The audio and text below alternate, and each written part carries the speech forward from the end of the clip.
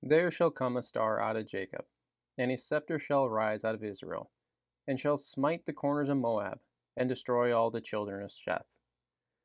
And Edom shall be a possession, Seir also shall be a possession for his enemies, and Israel shall do valiantly.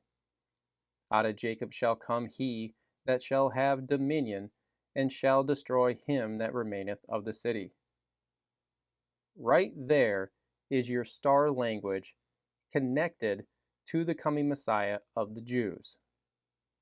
And Daniel would have explained to them that this figure was prophesied by Jacob to come from the tribe of Judah and a descendant of the Davidic kings, but also that this figure was to be the Son of God.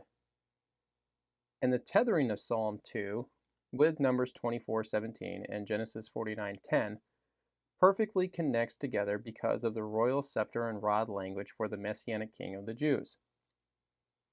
Daniel would then continue to explain that Judah is represented by the lion.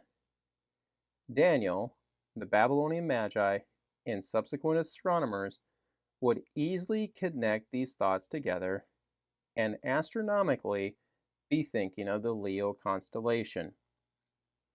Now, before you go thinking that I'm saying that the Bible is endorsing astrology and horoscope reading that ultimately leads to fatalism, is that I am not.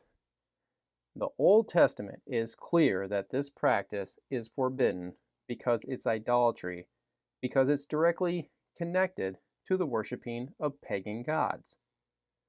But straight astronomy by itself is not prohibited.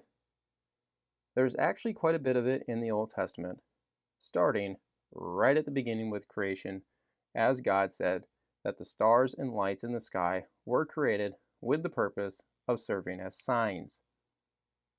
And they do serve as signs with the day of the Lord judgment with them by not giving their light. All you have to do is go see the book of Joel as well for the clearest portrayal of this. Both Isaiah and the psalmist say that God names all of the stars, which is part of God's response to Job, in that he is the one who arranged the stars in their constellations, with some of them being part of the 12 signs of the zodiac, called the Matzerah in Hebrew. Job earlier said that God is the one who made the constellations. The chambers of the south verse, or quote there in verse 9, could be in reference to the Southern Cross. Job later made reference to the crooked or fiery serpent in the heavens that could be a reference to the constellation Draco, the dragon. Amos 5:8 says that God is the one who made the 7 stars. Now, the 7 stars in the KJV is also the same word in Job 9:38 for Pleiades. But if Amos is referring to the 7 largest visible lights in the sky, is that this would be referring to the sun, moon, and the 5 planets that can be seen with the naked eye. These would be understood as wandering stars, as they appeared to move throughout the constellations and weren't fixed in a fixed motion, or stationary like the North Star. You can see Ptolemy's 7 planetary spheres that he used in his geocentric model in the 2nd century AD. Now, back to the Bible, is that Psalm 19 says that the heavens declare the glory of God. They utter speech and show knowledge and have a voice. So, we have 4 statements that say that the heavens teach us theological insight in some manner.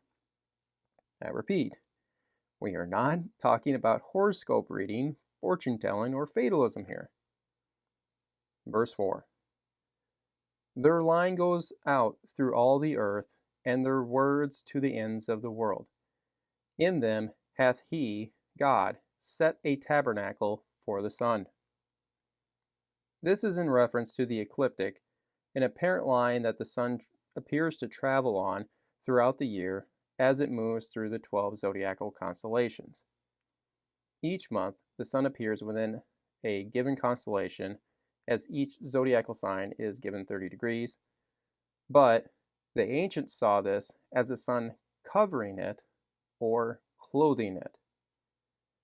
And before this, the psalmist said that God ordained all of them, i.e., put them in order and motion, so that they would serve as signs to the ancient Israelites, as said in Genesis 1:14. Now, this might sound convincing to some of you out there, but to others, I still can imagine that some of you are thinking that I'm just taking this in the direction that I want. I am not, because there have been numerous zodiacs found in the remains of first century Jewish synagogues in Palestine that demonstrates that the Jews were observing the heavens for insight. So, when Daniel was explaining to the Magi about the Messianic King's future coming, is that he connected it to the Leo constellation that represents the tribe of Judah, and all of them would immediately think about Regulus, the brightest star in the Leo constellation, that is known as the King Star in every ancient Near Eastern culture. Now, this is a starting point for the Magi, but Regulus was not the star, as verse 9 describes the star continuing to move before the Magi, and that it stopped over top of Bethlehem. Regulus appears to be constantly moving from its rising in the east to its setting in the west. So this description simply does not fit the bill with what the Magi are describing. But we can safely know that Regulus and the Leo constellation are part of the equation. And because they are, is that the 7 BC proposal of the triple conjunction of Saturn and Jupiter are thrown out because in each instance, Jupiter and Saturn's conjunction with one another do not even come close to taking place in the Leo constellation.